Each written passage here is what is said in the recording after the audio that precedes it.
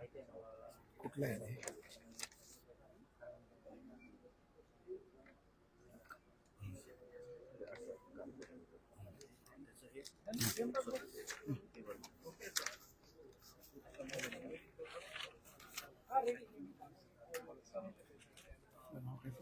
Ramesh Misal additional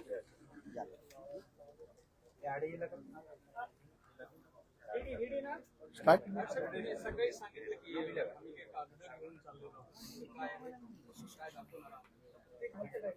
आज प्रथमतः तर मी सन्माननीय माझे बंधू मनोजदादा जरांगे पाटलांकडे त्यांचा भाऊ म्हणून पुन्हा एकदा आलो आहे सांगतोय. आज अंतरवाली सराटीमध्ये मनोजदादांची भेट घेण्याची दोन कारणं होती.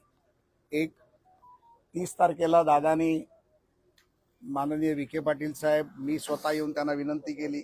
माननीय मुख्यमंत्र्यांच्या मान्यतेने जी एसओपी दिली त्या एसओपी त्यांनी मराठा विषयाचे अभ्यासक तज्ज्ञ सर्व जिल्ह्यातले विभागातल्या लोकांची चर्चा करून सर्व आपण मराठा बांधवासमोर जनतेसमोर मीडियासमोर केल्यानंतर त्याने आमच्या विनंतीला मान ठेवून उपोषण सोडलं. खरं तर दादांनी उपोषणाला बसूच नाही, माझी त्यांना पहिल्यापासून विनंती होती. उन्हाचा काळ आहे, प्रचंड मोठं ऊन होतं आणि त्याच्यामध्ये दादा जाऊन वारवात बसले, उन्हात बसले आणि मला खरीच सकाळपासून ती काळजी होती की त्यांच्या तब्येतीची होती, एक भाऊ म्हणून होती.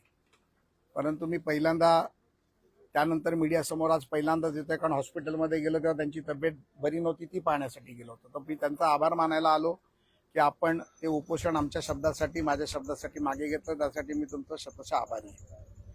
त्यानंतर माझं त्यांचं बोलणं झालं आणि मग अनेक निर्णय आपण त्या प्रक्रियेमध्ये केले.